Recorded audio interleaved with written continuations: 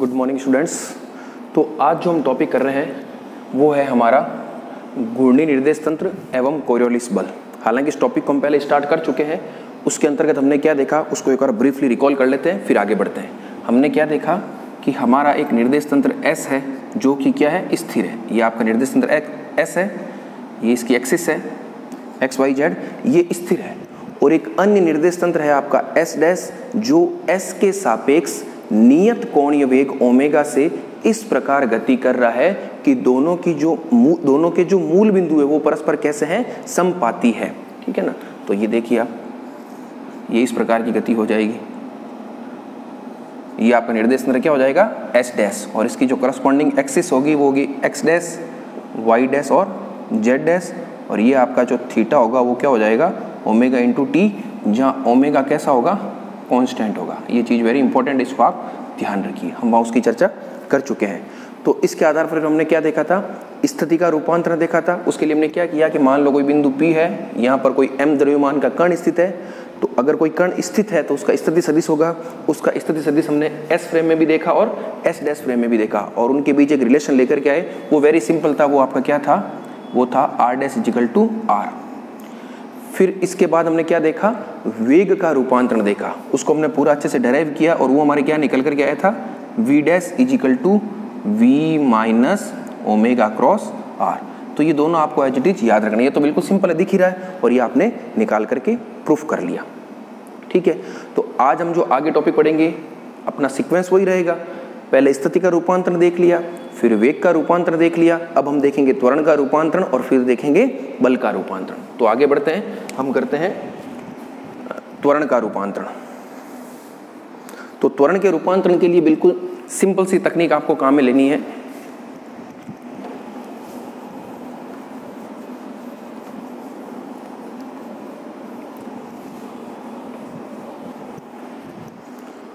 वो तकनीक क्या होगी, उसके लिए हम क्या करेंगे, एक मैथमेटिकल ऑपरेटर बनाएंगे। ठीक है। उस ऑपरेटर की सहायता से हम क्या करेंगे, त्वरण के रूपांतरण को देखेंगे।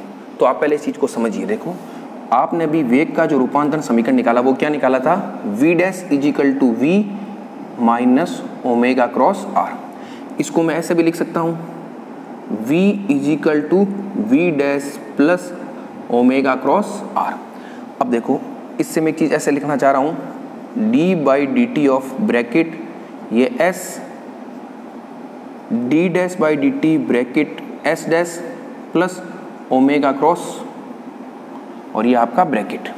अब देखो, अगर मैं यहाँ R पुट करता हूँ, यहाँ भी R रखना पड़ेगा, यहाँ भी R और यहाँ भी R। तो ये देखो सेम ये बना कि नहीं बना, D R by D T क्या होता है आपका, V S फ्रेम में d डैश R। अब यहाँ आपको कंफ्यूज नहीं होना है क्योंकि R और R डैश दोनों क्या सेम है। हालांकि V डैश जो होता है वो होता है d dash R dash upon D T. ये जो आपका V डैश होगा ना, ये होगा d dash R dash upon D T. लेकिन चूंकि R डैश और R दोनों क्या है, इक्वल है, तो इसको हम d dash R by D T को भी क्या लिख सकते हैं, V डैश लिख सकते हैं, प्लस ओमेगा क्रॉस R। तो ये सेम बन गया। तो यहाँ से एक ऑपरेटर आपके अलग से क्या बन के आ गया, d by D T of bracket is equal to d dash by D T bracket plus omega cross ये ब्रैकेट। ये आपको पता होना चाहिए, याद करने की आवश्यकता नहीं है, ये यहाँ से अपना बन जाएगा। अब हमें क्या निकालना है, त्वरण का रूपांतरण। हमारा जो टॉपिक है वो क्या है, हमारा टॉपिक है त्वरण का रूपांतरण, ट्रांसफॉर्मेशन ऑफ एक्सीलरेशन। तो त्वरण क्या होता है, वेग में समय के सापेक्ष परिवर्तन की दर, dv बाई dt होता है। तो बस सिंपल या क्या रखेंगे आप, ये जो ऑपरेटर आपने बनाया है यहाँ पर आप क्या कर दोगे, v पुट कर दोगे। तो हम करते हैं, देखो आप ये देखिए, d बाई डी टी इसके ब्रैकेट में v, d dash by D T इसके ब्रैकेट में भी v, और ओमेगा क्रॉस v। तीनों जगह सेम रखना है, ऐसा नहीं है v डैश रख दो यहाँ v डैश नहीं। अगर यहाँ v है तो यहाँ भी v और यहाँ भी v, बस।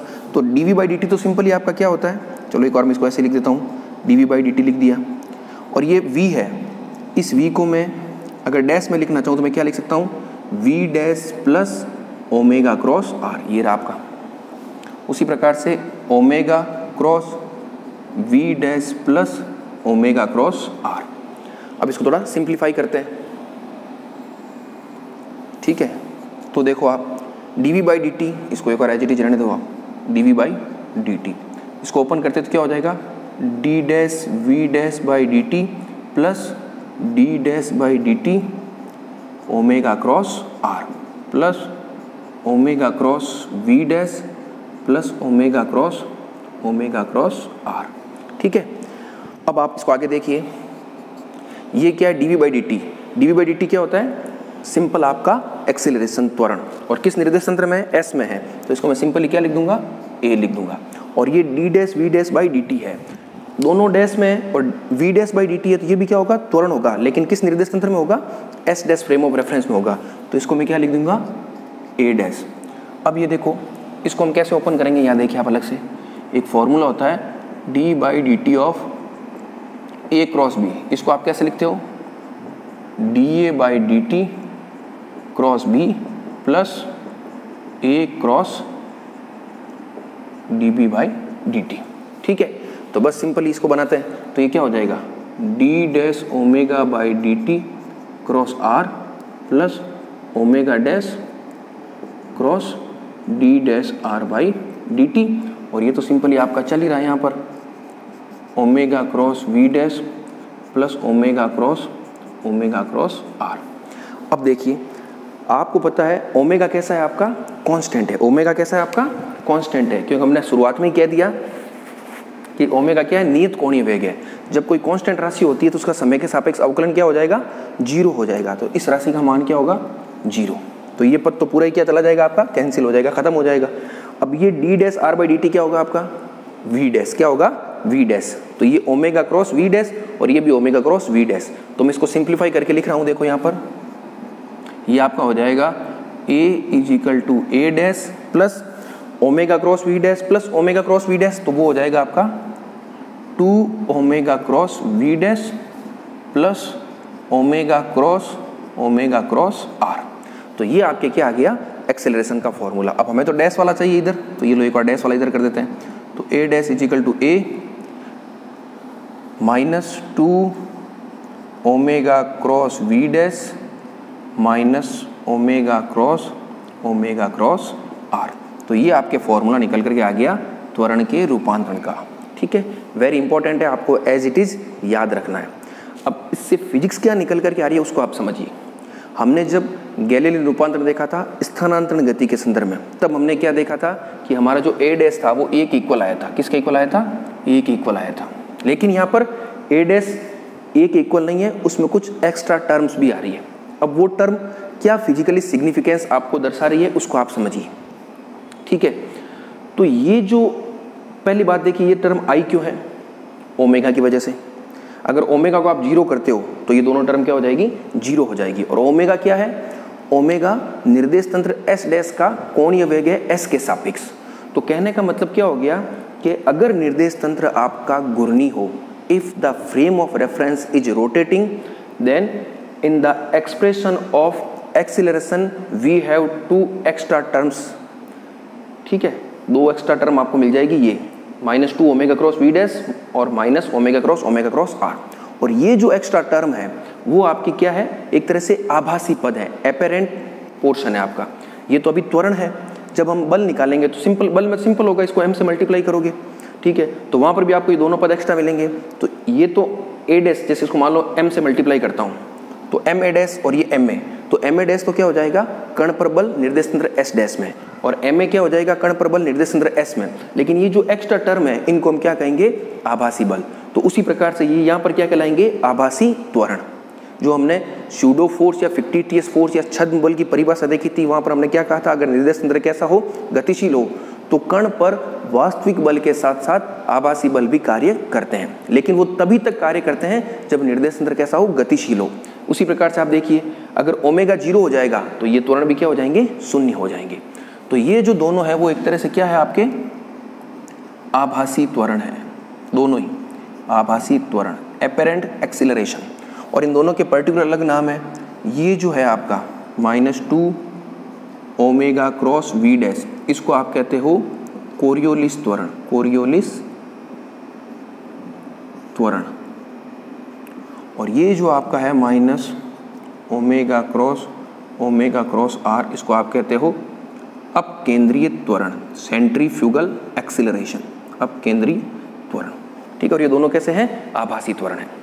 तो यहाँ से आपके क्या निष्कर्ष निकल गया कि घूर्णी निर्देश तंत्र में कण का जो त्वरण होता है उसके वास्तविक त्वरण के साथ साथ पर कुछ आभासी त्वरण भी होते हैं, जिनको हम क्रमशः कोरियोलिस त्वरण और अपकेंद्र त्वरण कहते हैं। तो ये आपका त्वरण का रूपांतरण है। अगर आपसे पूछ ले तो आपको यहाँ तक लाना है और उसके पश्चात आपको ये पूरा डिस्क्रिप्शन लिख करके बताना है। कंडीशन क्या है, निर्देश तंत्र आपका कैसा होना चाहिए, घूर्णी होना चाहिए। ये लाइन मेंशन करनी जरूरी है, ठीक है, क्योंकि अदरवाइज निर्देश तंत्र घूर्णी नहीं है तो ये दोनों पद क्या हो जाएंगे, 0 हो जाएंगे। ठीक है, तो ये हो गया त्वरण का रूपांतरण। अब अगला हम बल का करते हैं, वेरी इजी है।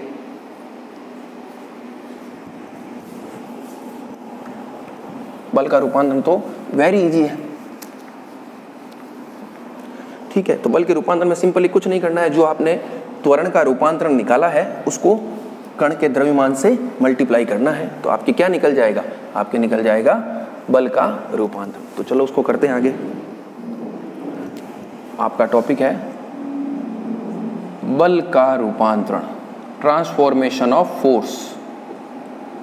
ठीक है, तो आप लिखोगे वी नो दैट, आप क्या जानते हो, a dash is equal to a minus 2 omega cross we dash minus omega cross are. ठीक है, अब आप क्या करोगे, इसको m से मल्टीप्लाई करोगे तो ये लो m a dash is equal to m a minus 2m omega cross we dash minus m omega cross are. ठीक है, तो ये आपके क्या हो गया, f dash is equal to f plus इसको आप कह दोगे एफ ए। ठीक है, एफ ए का मतलब क्या हो जाएगा, एफ ए आपका क्या है, एपेरेंट फोर्स, या इसको आप कह सकते हो आभासी बल। ठीक है, कैसे है वो मैंने आपको लास्ट में बता दिया जब आभासी त्वरण बताया था कि ये तो कण पर बल है। देखो एम ए डैश क्या है, एफ डैश है, और एफ डैश क्या है, कण पर लगने वाला बल एस डैश फ्रेम में। ठीक है, और आपका एम ए क्या है, कण पर लगने वाला बल जिसको आप मेजर कर रहे हो एस फ्रेम में। और ये जो दोनों पद हैं वो दोनों पद आ क्यों रहे हैं, ओमेगा के कारण आ रहे हैं। निर्देश तंत्र घूर्णी इसलिए आ रहे हैं, और निर्देश तंत्र अगर घूर्णी नहीं है तो ये दोनों पद नहीं आएंगे, तो इसलिए इनको हम क्या कह रहे हैं, आभासी बल है। और ये निर्देश तंत्र की घूर्णी गति के कारण कण पर लगते हुए प्रतीत होते हैं, वास्तव में कार्य नहीं करते हैं, लगते हुए प्रतीत होते हैं। इनका भी नाम क्या हो जाएगा, पूरे को तो आप दोनों को मिला के आभासी बल कहोगे, और इंडिविजुअली इसका नाम तो हो जाएगा एफ कोरियोलिस। वो आपका क्या हो जाएगा, minus 2m omega cross we dash, याद रखना ये माइनस सहित है पूरा, ठीक है ना। और इस फॉर्मूले को आपको एज इट इज याद रखना है, F Coriolis is equal to minus 2m omega cross we dash, और आपका जो एफ सेंट्रीफ्यूगल या अपकेंद्रीय वो हो जाएगा minus m omega cross R. ये दोनों क्या है, आभासी बल है। ठीक है, तो हमारा मेजर जो कंसर्न रहेगा वो कोरियोलिस फोर्स पर ही रहेगा। आगे जो टॉपिक चलेंगे वो पूरे कोरियोलिस फोर्स पर ही रहेंगे। ठीक है, तो अब देखो यहाँ पर एक चीज़ आप और समझिए, ये दोनों बल, आपने एक चीज़ तो ये समझ ली कि दोनों ही प्रकार के आभासी बल केवल तभी लगते हैं जब निर्देश तंत्र कैसा हो, आपका घूर्णी हो। लेकिन कोरियोलिस बल के लिए एक एक्स्ट्रा कंडीशन और है, वो क्या है, वी डैश। अब वी डैश का मतलब क्या हो जाएगा कि आपका कण, अगर मान लो मैंने कह दिया कोई निर्देश तंत्र घूर्णी है, कोई कण किसी बिंदु पर स्थित है, कण किसी बिंदु पर स्थित है तो उसका स्थिति सदिश तो होगा, यानी उसका आर तो होगा, आर होगा तो ये बल लग जाएगा सेंट्रीफ्यूगल। तो सेंट्रीफ्यूगल के लिए तो केवल एक ही कंडीशन, निर्देश तंत्र कैसा होना चाहिए, घूर्णी होना चाहिए, और कण कोई स्थित होना चाहिए। तो घूर्णी होगा तो ओमेगा मिल जाएगा, और कण होगा तो आर मिल जाएगा। लेकिन कोरियोलिस बल के लिए एक एक्स्ट्रा कंडीशन यह है कि कण आपका कैसा होना चाहिए, गतिशील भी होना चाहिए। अगर कण गतिशील नहीं है तो वी डैश क्या हो जाएगा, 0 हो जाएगा, और वी डैश 0 होगा तो इस पद का मान क्या हो जाएगा, 0 हो जाएगा। तो जब आप इसके नीचे डिस्क्रिप्शन लिखो, ठीक है ना, आप अपने आप इसको लिख लेना, बस सीधा सा तरीका है। वीडियो को पॉज कीजिए, मैं बड़े इत्मीनान से बोल रहा हूँ, एक एक लाइन को सुनिए और आराम से नोट कीजिए। तो आप सुन लीजिए क्या लिखना है, कि देखिए पहले पूरा सुन लीजिए आप, कि जब निर्देश तंत्र अगर घूर्णी है, यानी घूर्णी निर्देश तंत्र है, तो कण पर वास्तविक बल के साथ साथ 2 प्रकार के आभासी बल भी कार्य करते हैं, जिनमें से एक आपका कहलाता है कोरियोलिस बल और दूसरा कहलाता है अपकेंद्रीय बल। दोनों ही प्रकार के आभासी बलों के लिए प्राथमिक या आवश्यक शर्त है कि निर्देश तंत्र कैसा होना चाहिए, घूर्णी होना चाहिए। लेकिन कोरियोलिस बल के लिए एक अतिरिक्त शर्त या एक्स्ट्रा कंडीशन यह है कि निर्देश तंत्र न सिर्फ घूर्णी होना चाहिए अपितु उसमें स्थित जो कण है वह गतिशील भी होना चाहिए। इस स्थिति में ही कण पर कोरियोलिस बल कार्य करता है और ये दोनों बल लगते हुए प्रतीत होते हैं। ठीक है, तो ये आपका पूरा डिस्क्रिप्शन हो गया कोरियोलिस बल का। तो हमने जो हेडिंग लिखी थी rotating frame of reference and Coriolis force, तो हम यहाँ तक पहुँच गए कोरियोलिस फोर्स। तो इस एक्सप्रेशन को आप हमेशा याद रखिए। ठीक है, F Coriolis is equal to -2m omega cross v dash. ठीक है, तो इस लेक्चर को हम यहीं फिनिश करते हैं। अगला जो टॉपिक होगा हमारा उसमें हम क्या पढ़ेंगे, कोरियोलिस फोर्स के एप्लीकेशन पढ़ेंगे कि किस प्रकार से आपको जो फिजिकल इवेंट्स या भौतिक घटनाएं जो घट रही है और उन घटनाओं में कोरियोलिस फोर्स किस प्रकार से अपनी भूमिका अदा कर रहा है। ठीक है ना, उन सबको हम बड़े अच्छे से डिटेल से पढ़ेंगे और बहुत इंटरेस्टेड टॉपिक है। Thank you.